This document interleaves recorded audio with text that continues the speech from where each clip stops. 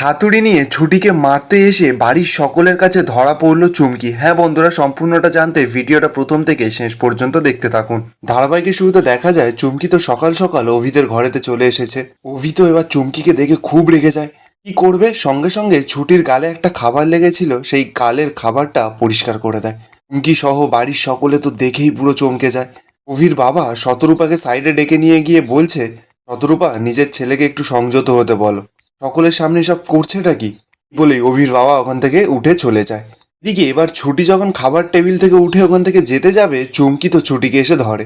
চুমকি এসেই ছুটিকে বলছে, তোর ঘুম আসছে তো? ছুটি ওই বিছানায়, ওই ঘরে ছোটবেলা থেকে না অভি আমার বর হচ্ছিল, তাকে কেড়ে নিয়ে তুই খুব শান্তিতে আছিস বল?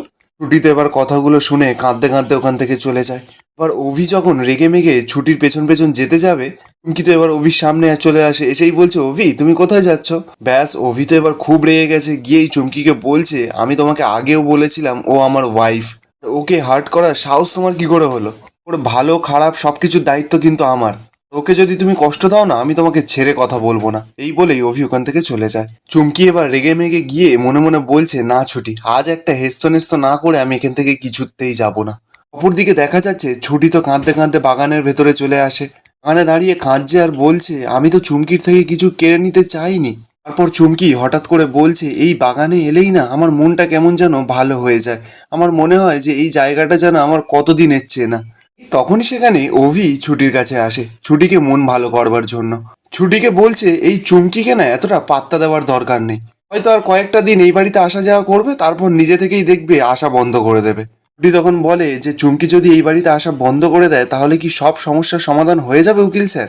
আমার কেন জানি না মনে হচ্ছে এই যে শর্তগুলো আমরা নিয়েছিলাম 1 বছর একসঙ্গে থাকার, সেটা বোধহয় পূরণ হবে না। পিতে এবার টানতে টানতে ছুটিকে সাইডে নিয়ে যায়, গিয়ে চিৎকার করে বলছে, আপনার কি মাথা খারাপ হয়ে গেছে? এত চিৎকার করে করে কেন বলছেন? একবার যদি কেউ শুনতে পায় কি হবে জানেন?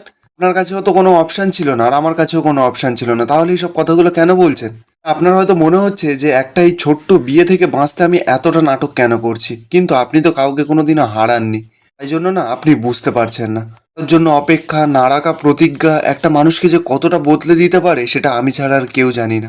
ছুটি তখন অভিকে বলে, হ্যাঁ উকিল স্যার, আপনি ঠিকই বলেছেন, আমাদের মতন আশ্রমে যারা বড় হয়েছে না, তাদের হারানোর মতন কিছুই নেই। টাকা পয়সা, মা বাবা, ঐশ্বর্য কিছুই তো নেই। অভিতে আবার ছুটির হাতটা ছেড়ে দিয়ে ছুটিকে বলছে, তুমি আমাকে ভুল বুঝো না, আমি কিন্তু আপনাকে হার্ট করতে চাইনি।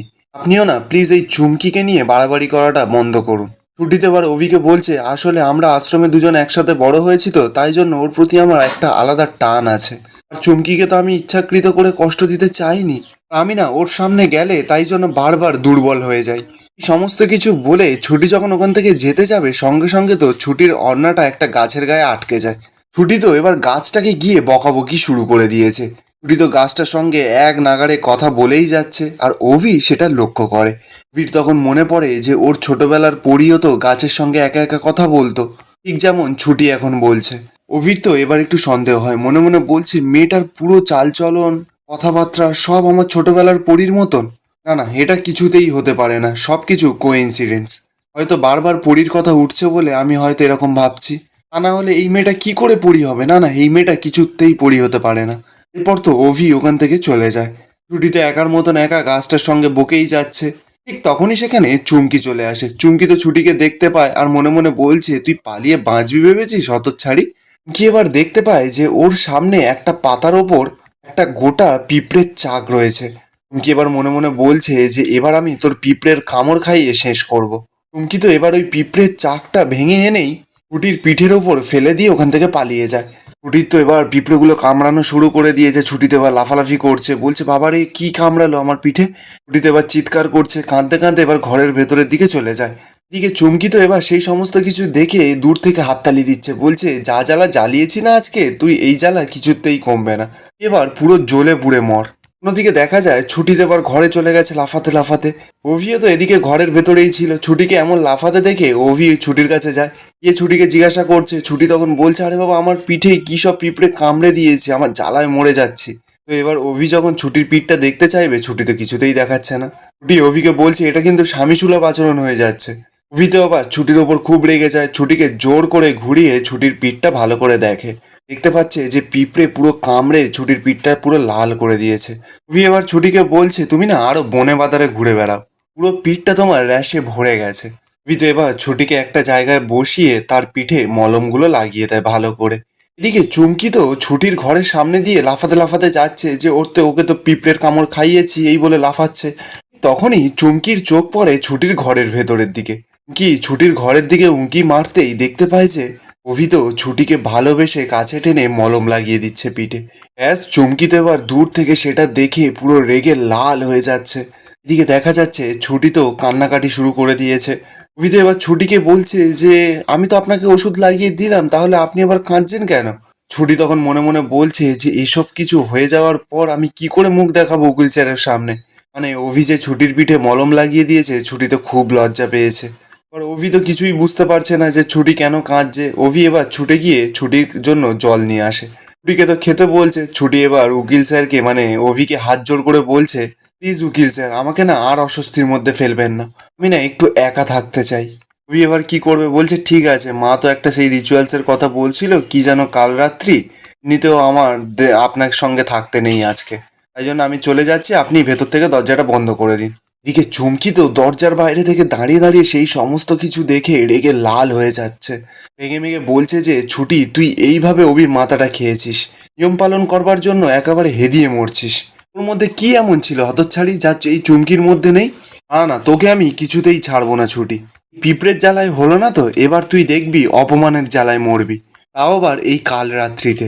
এদিকে অভি তো এবার ছুটির ঘর থেকে চলে যায়। সঙ্গে সঙ্গে দেখা যাচ্ছে চুমকি তো একটা হাতুড়ি নিয়ে এসে দরজা তালা ভাঙা শুরু করে দিয়েছে। অভি তো এবার ওই তালা ভাঙার শব্দ শুনে সেখানে চলে আসে। চুমকি তো সঙ্গে সঙ্গে অভিকে দেখেই হাতুড়িটা লুকিয়ে নেয়।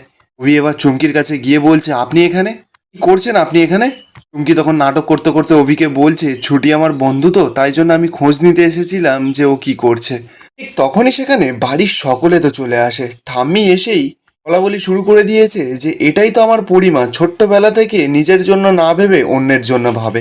আমার দাদুভাই যে কেন ওকে চিনতে পারলো না, হিরে ফেলে কাঁচের পেছনে ছুটছে। এরপর ঠাম্মি তো চুমকিকে বলছে, আয় মা আমার কাছে আয়। চুমকি তখন মনে মনে বলছে, বাবা এটাই তো চান্স, কেঁদে কেটে একেবারে এই বাড়ির নায়িকা হয়ে উঠতে হবে।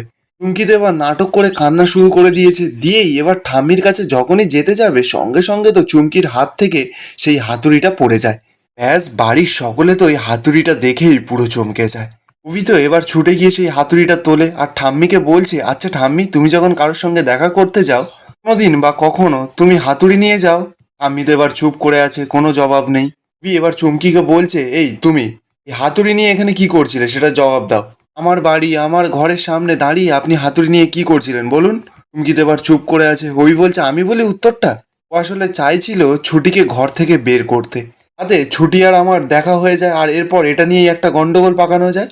আশা করি এবার সকলের কাছে ক্লিয়ার যে এই চুমকি মেয়েটা এখানে কেন এসেছিল।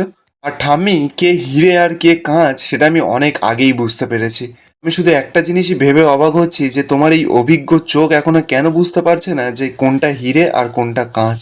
আর একটা কথা, আমার পড়িও না কিন্তু এরকম ছোটবেলায় এরকম কোনোদিনও কাণ্ড ঘটায়নি। চুমকিতে এবার নাটকটা পুরো শুরু করে দেয়, বলছে বাবা এই বলেই পুরো অজ্ঞান হয়ে যাওয়ার নাটক করা শুরু করেছে। তুমি তো পুরোপুরি বুঝতে পারছে যে চুমকির না অজ্ঞান হওয়ার নাটক শুরু করে দেবে। চিৎকার করে বলছে, উফ এই নাটকটা এবার বন্ধ করা হোক। আর হ্যাঁ বাড়িতে আমি সকলকে একটা কথা বলে দিচ্ছি যে ছুটিকে কিন্তু এবার হ্যারেস করা বন্ধ করা হোক।